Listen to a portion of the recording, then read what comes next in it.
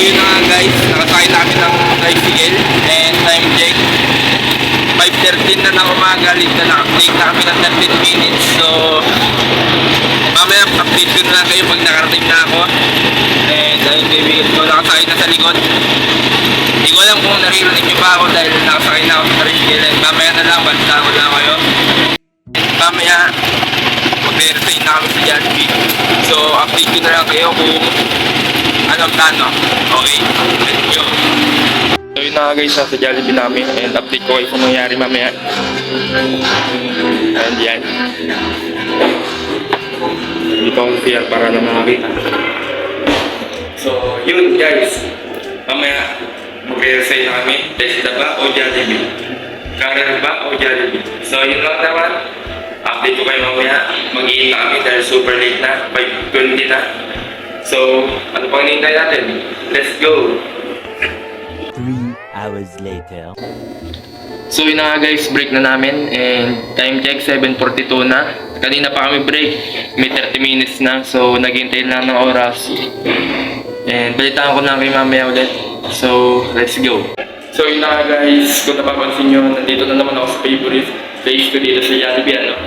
And yun na nga guys, nag-in na ako and napag-decisionan ko na ang final decision ko is mag-quit na ako sa Jollibee and magte-test ako. Tapos na mag-start ako ng small business habang ginagawa ang Wii.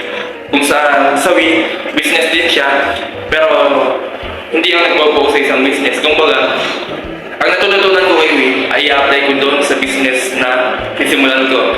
So yun lang guys, balitaan ko kayo mamaya. And sabihin ko kung bakit ako magre-resign. And yun lang. Yun na ako. So guys, nakauwi na ako and time check 5:42 na ng hapon. So kanina hindi na ako nakapag-document kasi umuwi na ako and biglang katulog ako guys. So susundin ko muna sa school nyan and sabihin ko sa inyo bakit ako nag-resign sa Jollibee. So yun lang, kita-kits lang mamaya, sundin ko muna sa school and dihatid ko sa kanila. And mamaya din may call session tayo.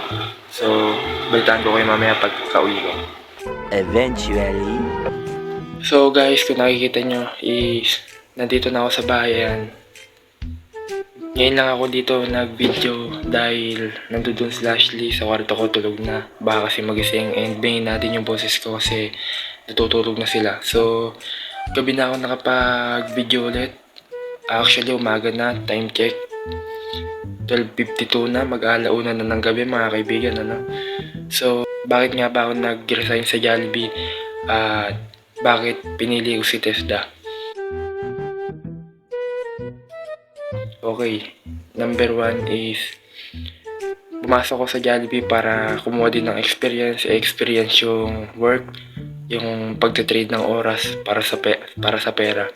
So that para mas magkaroon ako ng panghahawakan para mas seryosohin si Wii na ayoko na magtrabaho. Gusto kong matikman yung pagiging empleyado, gusto kong maranasan yung pagiging empleyado para alam ko yung hirap, 'di ba? Para at least nalaman ko yung hirap na ayoko talaga maging empleyado lang. Gusto kong maging magaling na businessman and yun na nga. Pinili ko si Tesla dahil may income syempre and mas magpo-focus ako kay Wii. Mas double kayod ako. So ngayon kaya ako gising dahil na mag-respect ako. Yun lang naman guys. Sana naintindihan nyo ako and tuloy-tuloy lang kay Wii hanggang magka-resulta. So pag nangyari yun, bibilib na sa akin yung lahat. Mapapatunayan ko na hindi lang puro salita, hindi lang puro ganyan yung sinasabi nila. As of now, hindi okay yung pakiramdam ko kanina and ngayon. Pero dahil nga nagbibideo ako, parang nawawala na ulit dahil may napapagsabihan ako. Yung napapagsabihan ko lang naman, ayan, yung sarili ko din. So okay na ako dun, at least nalabas ko yung talagang gusto kong sabihin.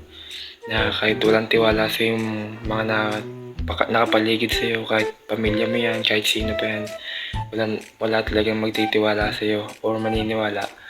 Sabihin nila meron guys, pero kahit sabihin nila, alam naman natin guys, huwag na tayong maglawan na wala talaga, sarili nyo lang, and magtitiwala lang sila once na may resulta na. Kaya ayun yung hinahabol natin is magka-resulta tayo para talaga magtiwala na sila na kaya natin. Kasi hanggang wala silang nakikitang resulta, buboses pa rin yan. Alam nyo na magbibigay ng suggestion na kahit sila naman wala namang napatunayan, di ba?